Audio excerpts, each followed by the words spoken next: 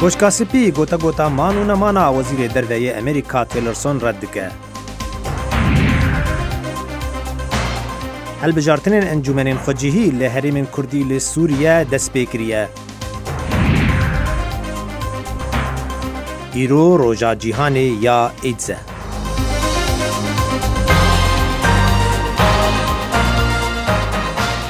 Dem başê temaşevanên hêja careke din bi xêratina we dikin di bernameyeke nû ji Kurd Connection. لایمینی شەوسڵاو بەخێربێنەوە بۆ بەرنامەی کورد کۆنەکشن کام و ڕۆژانێکی هەینی و سێشەموان لە بەشی کوردی دەنگی ئەمریکاوە ئامادە و پێشکەش دەکرێت.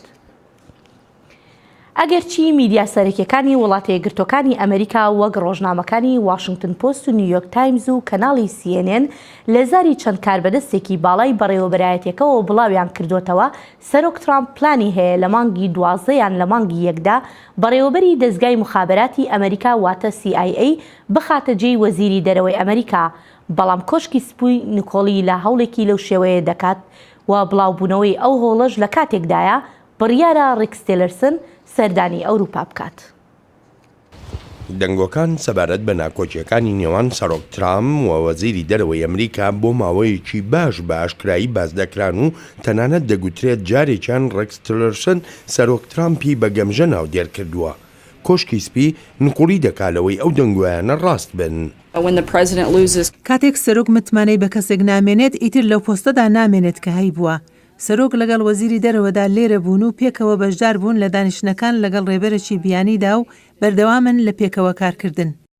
وەڵامی ترامپ لەسەر ئەم دۆسەیە بۆ پەیامنێران کورت و پوخت بوو تەنها ئەوەندەی گوت ڕێکس لێرەیە.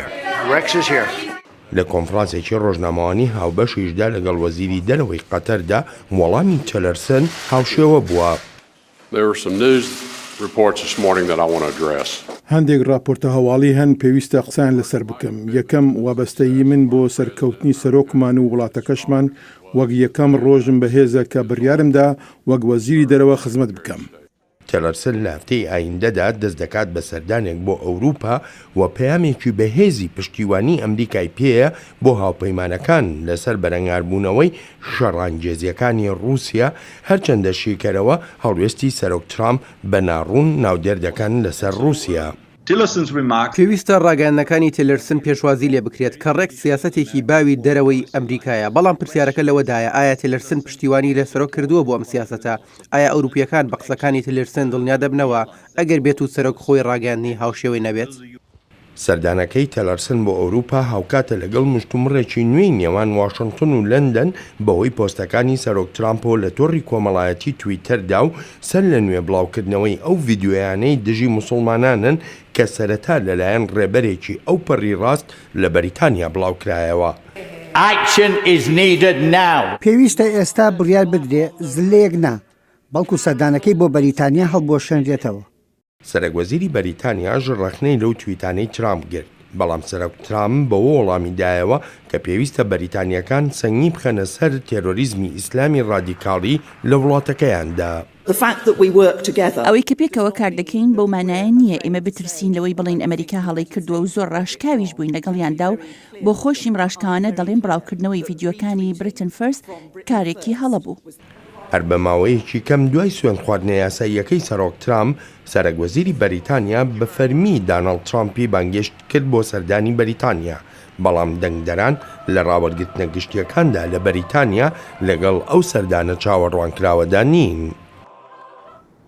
لە هەرێمên Kurdî li Bakurê Sûriye qonaxa duyem ji hilbijartinê encûmenên xwecihî dest pê kiriye got 5407 kandîd navê xwe dane ji sî partiyên siyasî, her wiha jî hin aliyên siyasî boykot kirine.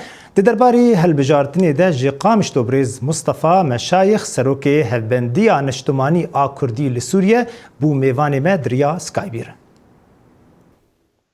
بەرشخوا ئێمە وەک هەڤەندیان نیشتیمانی کورد ئەم بەشێک سەرەکەنە ji پرۆژا فدرالیە ڕۆژاوای کوردستانی باشە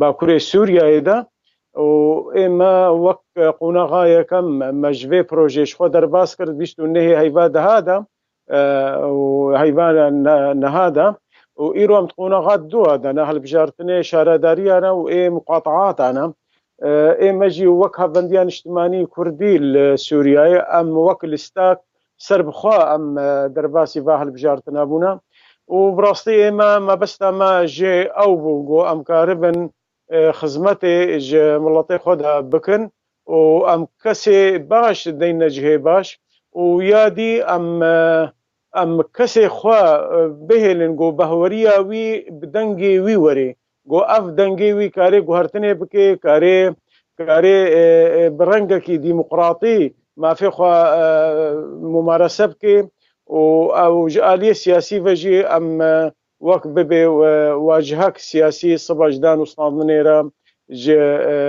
چارەسەرکردنا کریزا سووریرە مامۆستا هەنێک پارتی بەشدار نەبوونێ دەبێژن ئەم بێژن تەڤدەم یانژی پەیە دێ وێ ئالیکی تەنێ دە ئەv هەلبژارتنێ دمەشینێ هون وەک ئالیکی ئۆرتەنە ئەم بێژن یانژی جدانێ ji tevdemê نەرî navana li ser çi tê avakirin got beşdarî navê helbijartinê nebûne والله هیچ خۆتەیت ئەف پرس divê jwab bibe ew bersiva xwe bidin lê di behweriya me de ew wek me gelek rêkeftinên pev re jî kiribûn hêya min encûmenê de jî bûn lê mixabin xwedî li va rêkeftina derneketin îro rojî xwe ji berpirsiyariya xwe xwe didine alîkî û bi wê berpirsiyara xwe di hundir wê nav civaka xwe Kurdî û civaka Sûrî de hinekî xwe didine paş me dixwest îro roj ew jî beşdar bûbane ji bo em karibin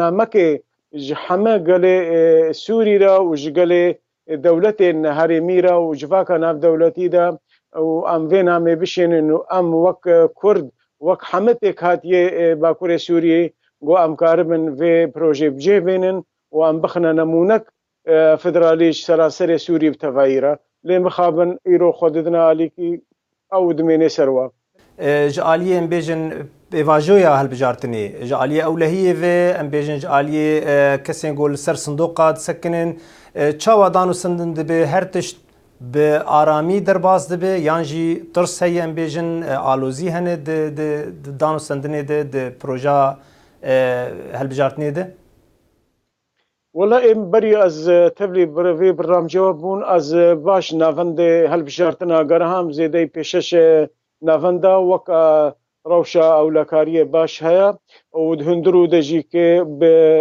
kesê got tê dixwaze dengê xwe bidê bi rengê azad û bê tedexulatê got ê di hundir û de bibin û kesê çavdêr jî hene li wê dirê û kela kesê xwe helbijartê jî li wê dirê hene heta niha bi rengekî xweşî derbas dibe wan bihêvîna got vê rengê bimêne heta da wî bibe wek hat ragihandin şandek ji Herêma Kurdistanê jî hatibû hatiye ji bo çavdêriya rewşa helbijartinê bike ji bilî wan kî hene ê got çavdêriyê navnetewî tu aliyên navnetewî hene got çavdêriya meşa yan jî proja pêvajoya helbijartinê bike Belê ji xwe çavdêrî hinek gelek saziyê mafê mirova hene di hundir wê herêmê me de ew jî çavdêrin û wek te kerem kirî ji bernemanê Kurdistana Başûr jî tên û wek munezema dan û standinê ê çareserkirina krîzên di hundir wê nav kesê navnetewî de ew dibêjne munezemet الحوار الوطني يا ناف دولتي او جي وك اگاهي الجمع او جي ايرو بجدارن لي ايرو ام ضميري مدفي چافديري بي و ام جمت خوستن جو ام وينا مي بدنا هركسي جو ام وك كرد وك حمتك هاتيه باكوري سوري جو ام كارن ديمقراطي بن و وينا مي بشين هركسي جو ببي سوريا ساغرا و حما صبا فدرالي و افهل بجارتن سر جغرافیا سوری بتوایی بجی ببن. بله. برز مصطفى مشایخ سروکی هفبندیا نشتمانیا کرد لسوریا گلک سپاس بو بشداری بوناته تمر ابو جقامشلو بمینه دخشیده. سپاس جوارا سرکفتن. هر واجی درباری هالبجارتنی ده نها جه قامشلو پیام نیری ما زانا عمر بریا سکایبی باواکی زندی بمرایه بله زانا دم باش زانا نوچین داوید درباری هالبجارتنی و پیواجوی اوی چاوا دچه دم باش حطانها بتری نیوی دمی در باس بویه ساعت 8 صبح ده هجمارنگ بگرسایی براستی جي ولاتين قامشلو بري خدان نافندن دنگدايني الجوري هاتبو دس نشان كرين 29 نافندن دنگدايني سراستا قامشلو هنا حطانها يعني دروشه او لكاريه بريزيدنت درنكتي لي ديار بو ملي اسايش في امد باشيه ك بر داست بر بلنده هي لاليه كي دنجي تبس جريكن وكي نجي درنكتنه الجوري قرا مد نافندن او دجي يعني بقرصايتين ملت لسر بالدريزيد نجبو دنگدايني الحطانها برنجكي آرام وباش هالبجارتن تي مشاندن بله زانا وقت ما قد جيمد نشان كرگو هناك بارتين سياسي تايبت انا كسي اف هالبجارتن بويكوت كرنه روشاوان يان هالوستاواني سياسي چاوايه و چه دبيجن درباري في هالبجارتن ده جخوا السر بنجاها نرينا انجمان اجتماعي كردي قد بيجي ريفبريا خسر وبروجي فدراليزم جوش آلية تفدمي وبارتين تبلي بروجي فدراليزم مينا بارتين ايمانا اجتماعي كردي هن او حمون نرا واد بينج بويجي ابهل بجارتن دقناغ خي كيدو دو اد واد جينها جو ايرو دبي مقاطعه كرنه ودبيجن ابايا نرواي لي تشتي حري باكش جو تشبو جو شاندين شو باندين عفديريه جو هاتن نها لهرم كردي في دري البجارتنات شوبين وقت قامشلو نها يرو شاندين برلمانترين هرم كردستاني هبون برينا هاتو براغ هادون جوورن وافجي بوجي جنجشيه دنافرا انا كسي وتبدمي دجي انا كسي هنا كبربرسن انجمان الاجتماعي كردي راغ هادون جو درباسونا بتايبت برلمانترين بسر بارتيا ديمقراطي كردستان بهدك جو عفديريه هالبجارتنين هالبجارتنا بكن يعني هنا كي افروش جبو انا كسين نخوش هات جبرجو بيتر تين ماسكن وقت خدن ناسين جو او بيتر نيزيكي بارتيا بدكينه بارتيا ديمقراطي كردستان اف بخوا اف مجار بوجي گنگشي بله تماشاوان جا وك او فيديو انگو نها وديتن جي اوانا جكوباني پیامنیر مشاندبون درباري هالبجارتنا و هروساجي ام سپاسيا پیامنیر مزانا عمر دکن گو اف زانياري را دستي مكرن گلک سپاس زانا بمینه دخوشیدن هەر سەبارەت بە هەڵبژاردنەکانی ئەنجومەنی خۆجەیی لە ناوچە کوردیەکانی سووریادا ئێستا پەیامنێرمان لە ئەفرینەوە ئەم راپۆرتەی بۆ نردوین. gelek kantûna Efrînê berê xudaya sersendoqan ji bo dengdayîna di hilbijartinên meclîsên xwecihî de Kemîraya dengê Amerîka serdana hin navendên hilbijartinan kir û pêvajû ji nêz ve şûxand. Em bihêvîne û em ê ser sûzê xwe bin em xwe خالیکاریه ملتی خرال در کانتون افرینه واجرای افرینه به تایبت هم قانون سر کار و باره خوب بسکنن باره که گران سرمایه اما بسکنن هم بسوج دیدن تشتی ما بعد انتخابات بودیه برنامجی خارجی را هوادایه هم پیکمینن انشالله به آلیکاری و گلی مجی آلیکاری سازی مجی يعني خلق العافرين سالوبر بخورتي بدلگرمی یک ریزی به حسکرینک به هم پابراستی برای خلقیل هل بجارتنا اما بلکی به برسوک شارستانی برسوک جدی در دورین مره افگف گورین در دوران ما مخابن جالی حکومت آکر بیلان کاره تون برای خاجاوی خبرداری افرینک و تعدیل بکه بمب باران بکه اما هیوی اما اف هل بجارتن به نامک جهمی در دوران را همی جیرانین مره کو رزگرتنا خلق عفرینه خلق کوبانیه خلق قامشلو رزگرتنا و ملتی بکن رانا هشخا اول جل عفرینه اموات دنگ خو بدن مجلس خو او ام بهافینا کو فيس وزد قدايما بيك بينن وتكن خدماتي جل خو وبراستي بيك في انتخابات كتشدبن قرب اواجد ديمقراطيك تمشي وام سركه خلت خوزه لسد حشتي وشش نافندين دنگداينه خلق افرين ايرو نونرن خوي مجلس الخوجهي هالبجارتن دفان هالبجارتن عنده 1253 بربجير بيش بازن جسي لستين سياسي لسر 946 كرسيين مجلسين باجاروك نافچه وكانتوني دكن نوروز رشا دنگ امريكا افرين نوێنەری تایبەتی نەتەوە یەکگرتوەکان بۆ سووریا ستیڤان دیمەستۆرا لە یەکەم کۆنگرەی ڕۆژنامەوانی ژنێڤ هەشدا ڕایگەیاند کۆبوونەوەکە بە مەبەستی تاوتوێکردنی مەسەلە سیاسیەکان، دەستوری نوێ، دەسەڵاتی داهاتوو و هەڵبژاردنە لە سووریا. ناوبراو گوتیشی هیوایەک لە ژنێڤەوە بەدی دەکرێت هەرچەندە ڕێبەرانی ئۆپۆزیسیۆن دەڵێن هێشتا زووە باز لە هەڵبژاردن بکرێت لە سووریادا لە ژێر دەسەڵاتی بەشار الەسەد. دی یەکەم کۆنفرانسا ڕۆژنامەوانیە فەرمیدا نوێنەرێ تایبەت یەنەتەوەین ئێگرتی بۆ سووریا ڕاگەهاند دانوستاندنên Cinêva heşt bû çareseriya şerê pitir ji 6 salan ya Sûriya wê heta 15 vê mehêve kêşet. Stîvan de Mistura belgenama dozdexalî pêşkêşî şandê hikûmet û opozisyona Sûrî kir. Herçend navaroka wan dozda benda diyar nekir lê got gera nihaya danûstandinan wê li ser mîkanîzma dariştina destûr û pêkînana helbijartinan bit lê behsî çarenivîsa serokê Sûriye Beşar el-Esed nekir. Em li kîvene di 12 xalan da û boçî hindet giringin. Ev xala wê bibine bingehê bû çûneka hevbeş ka çawa Sûrî dixwazin bijîn li gor biryara 2254 û her du aliya bersivdanek baş heye. Karnama kombonên Cinêv ji 4 beşan pêk dêt helbijartin û destûr û desthilat û tîror. Serokêşan dê opozisyona Sûrî dibêjit pirsa destûr û helbijartinên li jêr desthilata vê rejêmê wê bi zehmet bid. Li dawiyê divê em pêşveçûnan bi destbêxîn û bigehîne watayeka durist bo veguhastina siyasî û bicihkirina biryara 2254. Lê her kesek behsî destûr û helbijartinan divê rewşa aloz da biket, ez bawer dikim ev e nahête kirin. Hevdem digel hewlên çareseriya siyasî çavdêrên şerê Sûriye dibêjin bi dehan top û mûşek li çend rojên dawiyê deveraxota rojhelatkirina armanc serarayê pêşniyaza Rûsya bi ragirtina şerî bû demê 48 demijmêran. Şîretvanê karê mirovaniyê netewên êgirtî daxwaza derfetekê dikit bo veguhastina nexweş û birîndaran û gihandina alîkariyên mirovanî.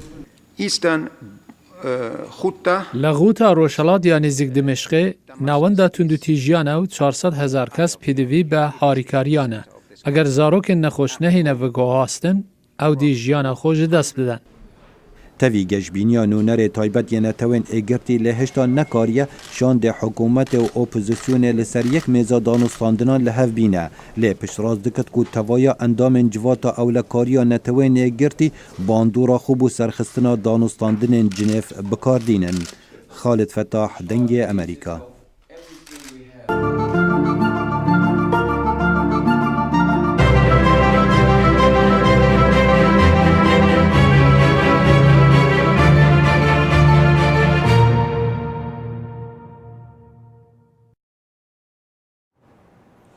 ڕۆژی پێنجشەمە و هەینی یادی ڕۆژی لەدایکبوونی پێغەمبەری موسڵمانانە لە سەرانسەری جیهانی ئیسلام ئەم یادا بەرز ڕادەگیرێت.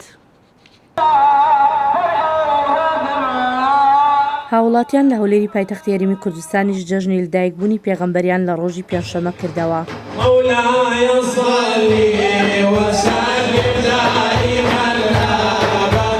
بە بۆنەی ئەم ڕۆژەوە خەڵکی لە مزگەوتەکاندا کۆ دەبنەوە و خێر و خێرات دەکەن. ئەوڕۆ یادی لەدایکبوونی پێغەمبەری صلی الله علیه وسلم هەموو سارەکیەمە هەردەستی مزگەفتیمە هەردەستی هەموو مزگەفتەکان بەس هەر کەسە بە ئەوەی خۆی هەردەستین ینی چەند ڕۆژێک پێشتر خۆمان حاز دەکەین مزگەفتی دەڕازینینەوە بەو شتە جوانانە لەبەر لەدایکبوونی پێغەمبەر صلی الله علیه وسلم خۆشمان دەوێت یادی دەکەینەوە سرود و ئەوەی بەسەر پێغەمبەری صلی الله علیه وسلم دا دەرێن لە خۆشی ئەو پێغەمبەرە نازدارەی پاخلاوە و شربەت و بیپسی و ئەو تشتانە دەجێڕین بە خێراتنی عالەمێ دەکەین لە مزگەوتەکەمان.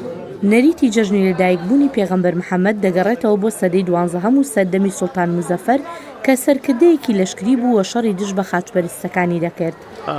زمانی سوڵتان مزەفەری ئەو مەولودە 800 ساڵ پێش ئێستا لە شاری هەولێرێ سوڵتان بووە و ئەو یادەی کردیا ئەویش لە شەڕەشی بووە تەماشای کردیا عید میلادم بۆ عید میلادی ئەوەی پێغەمبەری حەزەتی عیسای ئەو گوتبەوە چی ئەگوتیانەوە عید میلادە ئەویش گوتبوو باشە ئەری ئەمە لۆ عید میلادەشی لۆ پێغەمبەری خۆمان نەکەین مادام ئەوان دەکەن ئەویش لەوێن دەرێک کە لە شەڕەکەی هاتی تەبوقی ئەو مەولودەی ئەحیا کردیا. لەم ڕۆژەدا خەڵکی خۆشحاڵی دەردەبڕن و لەگەڵ خێزانەکانیان لە مزگەوت و مەیدانە گشتەکاندا کۆ دەبنەوە و لە عێراق و هەرێمی کوردستانیش ڕۆژی مەولود پشووی گشتیە. کۆمکوژیە خریستیانên Iraqê ji aliyê Daişê ve hate guftgokirin di semînerekê li Washingtona paytextê herwiha jî derfetên alîkarî û nû avakirina şûnwarên wan yên olî. کریستیانەکان و یەزیدیەکان و کەمایەتیەکانی دیکە زەرمەندی یەکەم بوون لە سەروەختی هێرشە کوشندەکانی داعشدا. سەرباری کۆمەڵکوژی و ماڵوێرانی هێشتا برینەکانیان ساڕێژ نەبوون. کریستانەکان لە عێراق لە پێشی پێشەوەی ئەو کوشتارانەدا بوون. لە ڕاستیدا ئەوان لە بەردەم مەترسی ئەوەدان بە تەواوەتی لێناو ببرێن و لە وڵاتەدا نەمێنن. لەبەر ئەوە ئەو هۆکارانە هۆشدارێک هەیە کە دەرفەتێکە بۆ ئێمە یارمەتیان بدەین و دەنجی کریستانەکان بە هەند وەربگرین و پشتیوانیان لێ بکەین. پشتیوانان و کۆمەکارانی کریستیانەکان لە ئەمریکا دەخوازن هانی ئەمریکا و وڵاتانی جیهان بدەن بۆ یارمەتی و گەڕانەوەی سەقامگیری بۆ ناوچەکانی کریستیانەکان لە عێراقدا.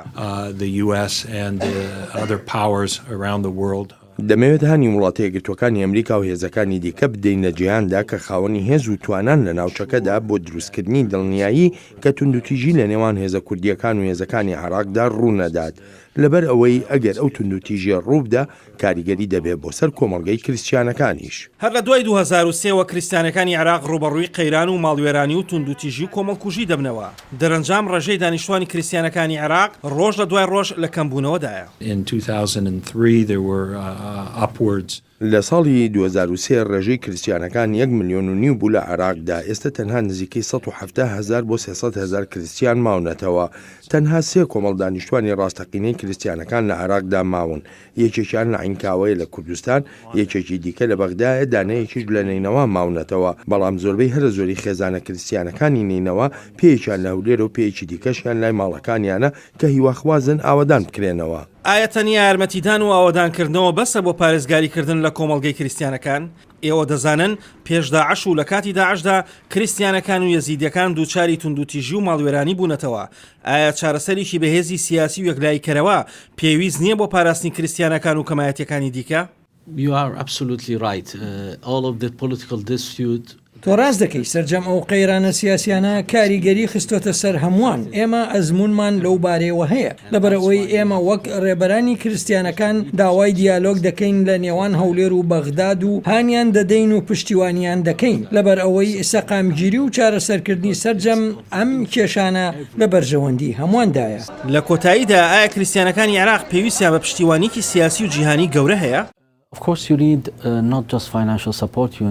بە دڵنیاییەوە ئێمە تەنها کۆمەکی داراییمان ناوێت بەڵکو پشتیوانی سیاسیشمان پێویستە. لەبەرەوەی من دڵنیام ڕاگەیاندراوەکەی جێگیری سەرۆکی ئەمریکا پێنس پڕبایەق بوو بۆ ئاوادانکردنەوە و پشتیوانیکردنی ئەو کۆمەڵگەیانی کە کەوتونەتە بەرلێشاوی جێنۆساید لەلایەن داعشەوە. لەناو قەیرانەیەک لە دوایەکانی عێراقدا هیواخوازی سەرجەم پێکاتەکانی عێراق بە کورد و عەرەب و سوننە و شیعە و کریستیانی و یەزیدی و کەمایەتیەکانی دیکەشەوە بۆ سەقامگیری سیاسی و ئابووری و نیشتیمانی خەونێکی هاوبەشە. بەڵام ئایا ئەم خەونە شیانی ئەوەی هەیە بێتە دی؟ ئاسۆ جەبار، دەنگی ئەمریکا. پاپا فرانسیس لە گرتبوونەوەیەکی ڕۆژی هەینی لە پایتەختی بەنگلادێش 16 قەشەی دەستنیشان کرد نزیکەی 100,000 کەس لەو کۆبوونەوەیدا کای پایتەختی بەنگلادێشدا ئامادە بوون. پاشان پاپا چاوی بە ژمارێک لە موسڵمانە ڕۆهینگاکان کەوت کە لە میانماری دراوسێەوە بەهۆی توندوتیژەکان ئاوارەی بەنگلادێش بوون و گوێی لە بەسەرهاتەکانیان گرت و لە نزاکانیدا داوای ئاشتی بۆ کردن. پاپا لە ڕۆژی دووشەمە و سێشەمە لە میانمار بوو و لەوێ لەگەڵ سەرکردەی لەشکری و سەرکردەی سیڤیلی وڵاتەکە کۆبووە و داوای ئاشتی کرد. Di îro înye de roja cîhanî ya îdze got yekê kanûnê 30 saliya vê rojê bibîr tê. Ev roj salane ji aliyê welatên cîhanê ve bibîr tê ji bo got hişdariyê bidin tirsîdariya vîrusa îdz. Çîn ji aliyê xwe ve ezmûnan li ser vîrusa îdz berfirehtir kiriye di hewildana kêmkirina bandora wê ya kujer li ser mirovan û bendkirina vê nexweşiyê. کاربدەستên Çînê dibêjin taniha çareserî nehatiye peydakirin ji vê nexweşiyê re lê hewildana berdewam dibe tê gotin got ji 200 ta 400 hezar mirov bi vê vîrusa îdzê ketine lê hayê wan ji vê vîrusê tune ye. Li Çînê 718 hezar kes bi vîrusa îdzin. ئەمڕۆ حکوومەتی ئێران چارەسەری نزیکەی 10,000 کەس دەکات کە هەڵگری ڤایرۆسی HIV یان نەخۆشی ئەیدزیان هەیە. ئەمەش ساڵانە نزیکەی 16,000 دۆلار بۆ چارەسەرکردنی هەر نەخۆشێک لەسەر حکوومەت دەکەوێت. ئەڤە ڕەندەکە هەژارانە لە ڕۆژهەڵاتە تەهرانێ تێناسکردن بدەڤەرە تلیاکێش و تلیاک فرۆشان. لەوێ مەیدانێ عاتفە عەزیمی خوینێ ji tila kesekî dikêşe bi gumana aydizî ew vegirtiye. Dr. Atifa li vê meydanê xwe bexşe li hemberbordekî nexşandî bi wêne û nivîsandina îngilîzî û farisî xelkê handide bê beramber taqîkirina vegirtina HIV bikin û rênemayan li ser nexweşiya aydizê wergirin. Zelamê min li zîndanê dabû û fêrî tilyakê bibû. Lê wî got wî dev jê berdaye. Piştî salekê wî got dema ew di zîndanê da wî derziya tilyaka bêhuşkirinê li xwe da.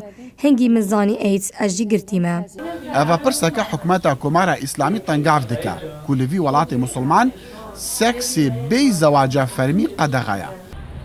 Li gora hejmarên hikûmeta Îranî vayrosa HIV 66,000 kes ji xelkê Îranê vegirtîne. 30,000 jwane her nizanin ew vegirin vayrosê ne. 5 ji sedê jwane di nêvbera jiyê 21 û 35 saliyê de ne. Ev hejmarên ragihandiyên bi rêveberiya aydizê ne li Wezareta Tenduristiya Îranê. Eger 5 salê pîş nigah eger em çav lê 5 salê borî bikin, rêjeya vegirtina îdzê ji encamê seksî ve ji 20 cisedî bûye 40 cisedî li hin herêman. Ev e haydarkirina ciddî ji xelkê û hikûmetê re. Wek welatekî Musulman mala fetwayên heramkirina cûdbûna mêr û mêra didin. Eger ne zewaca fermî be, ne xwendingeh û ne dayk û bab zarokan agehdarî jiyana seksî nakin. Ew tiştek qedexeya û li gora şerîeyê heta dema kiç û kur destê xwe bidin êk herama. Îro hikûmeta Îranê 10,000 vegirên HIV û aydizê çareser dike.